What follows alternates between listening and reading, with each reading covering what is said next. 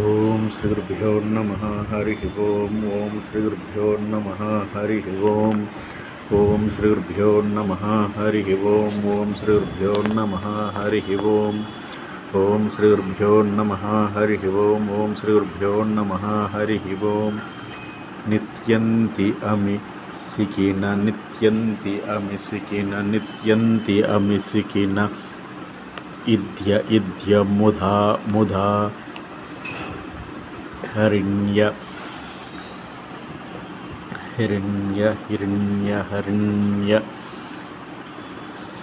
సికిన ఇద్య ఇద్య ముధా ముధా హరణ్య ముధా హిరణ్య నిత్యంతి అమి శిఖా సికిన అమి సికిన ఇద్య అమి సికిన అమి శికిన అమి శికిన అమిషికిన ఇద్య ఇద్య ముధా ముధా హరిణ్య మృధా హరణ్య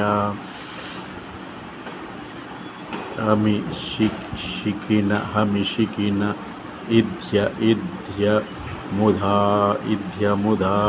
హిరణ్య ముధా హిరణ్య హిరణ్య కుర్వంతి కుర్వంతి గోపీ కుర్వంతి గోపీ కుర్వంతి గోపీ ఇవతే ఇవతే ప్రియం కుర్వంతి గోపీ ఇవతే ప్రియం కుర్వంతి గోపీ ఇవతే ప్రియం ఇక్షణే ఇక్షణనే ఇక్షణనే ఇక్షణనే ఈక్షణనే సూక్తచ ఈక్షణనే సూక్తచ కోకిలాఘన గృహం ఈక్షణనే ఈక్షణనే సూక్త ఈక్షణనే సూక్తచ ఈక్షణనే సూక్తచ ఈక్షణనే సూక్తచ ఈక్షణనే సూక్తచ ఈక్షణనే సూక్తచ ఈక్షణనే సూక్తచ ఈక్షణనే సూక్తచ ఈక్షణనే సూక్తచ ఈక్షణనే సూక్తచ కోకిలఘన ఈక్షణనే సూక్తచ కోకిలఘన ఈక్షణనే సూక్తచ కోకిలఘన గృహం ఈక్షణనే ఈక్షణనే సూక్త ఈక్షణనే సూక్తచ కోకిలఘన గృహం అగత్య అగత్య ధన్య అగత్య ధన్య అగత్య ధన్య వన ఒకష అగత్య అగత్య ధన వన ఓక్ష అగత్య ధన్య అగత్య ధన్య వన ఓక్ష అగత్య ధన్య వన ఓక్ష అగత్య ధన్య వన ఓక్ష అయేన అయేన హి సతం అయేన హి సతం వన ఓక్ష అయేన హి సతం అయేన హి సతం అయేన హి సతం అయేన హి సతం అయేన హి సతం నిసగ్ర ధన్యవన కస ధన్యవన ధన్యవన వన ఉకష ధన్యవన ఉకష అయేన ఉకష అయేన హి సతం నిసర్గ సతం నిసర్గ. దీని తాలూకు అర్థం తెలుసుకుందాం. శ్రీకృష్ణ పరబ్రహ్మణే నమః. హరి ఓం. O worshipable one, these peacocks are dancing before you out of joy. These does are pleasing you with affection, glances, just as the gopis do, and these cuckoos are honoring you with Vedic prayers. All these residentials of the forest are most fortunate, and their behavior towards you certainly benefits great souls receiving another great soul at home. అంటే దీని తాలూకు అర్థం ఏం చెప్తున్నారంటే, నృత్యంతి అమి శిఖిన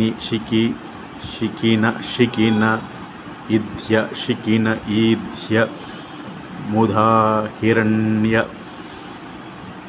కుర్వంతి గోపికా ఇవ తే ప్రియం ప్రియమీక్షేణ సూక్త చ కోకిల ఘన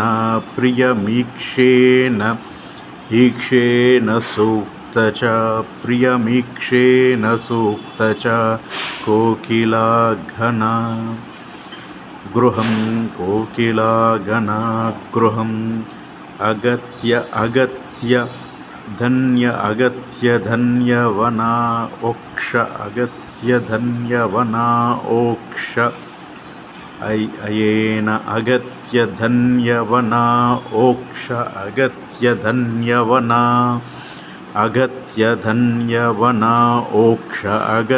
ధన్యవనా ఓక్ష అయన్ హి సతం నిసర్గ నిసర్గ అంటే నిత్యేన అమిషిఖిన నిత్యంతి అమిషిఖిన అంటే నృత్యంతి. ఇక్కడ పికాక్స్ అన్నీ కూడా నృత్యంతి అమిన శిఖినతం అద్య వర్షిపబుల్ బై లార్డ్. అంటే కృష్ణ పరమాత్ముని ఒక ఆనందంగా ఈ పికాక్స్ అన్నీ కూడా డ్యాన్స్ చేస్తున్నాయట. నిత్యంత అమి అంటే చాలా అమితమైన హ్యాపీనెస్తో. నృత్యంతి అమి శిఖిన ఇద్య ముధా అంటే చాలా జాయ్ తోటి. ముదా హిరణ్య అంటే హిరణ్య కుర్వంతి ఫిమేల్ డియర్ కుర్వంతి గోపీ మేకింగ్ గోపిక ఏవతే అంటే హిరణ్య డియర్స్ గోపికలు వీళ్ళందరూ కూడా ప్రియం విత్ గ్రాంటిఫుల్నెస్ ఇక్షేణ బై ది గ్లాన్సింగ్ సూక్త ఇక్షేణ బై ది గ్లాన్సింగ్ సూక్త విత్ వేదిక్ ప్రేయర్స్ సూక్త చ కోకిలాఘన అంటే కోకిల గృహం టు దేర్ home.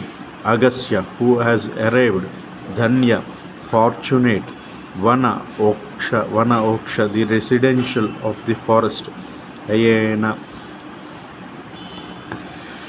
అంటే కోకిల అంటే మనకు తెలుసు కోకిల శబ్దాలు ప్రేయర్స్ అంటే ఆ ప్రేయర్స్ ఆ చాంటింగ్ వస్తున్న చాంటింగ్స్ అన్నీ కూడా ప్రేయర్స్. తర్వాత అక్కడ వస్తున్న శబ్దాలన్నీ కూడా ఒక వేద మంత్రాలు చదివితే ఎలా ఉంటుందో, ఒక కోకిల పాడితే పాట ఎలా ఉంటుందో, ఒక వేద మంత్రాలు రిథమ్ఫుల్గా ప్రే చేస్తే ఎలా ఉంటుందో అలా ఉంటుంది అని చెప్పి ఇక్కడ మనకు చెప్తున్నారనమాట.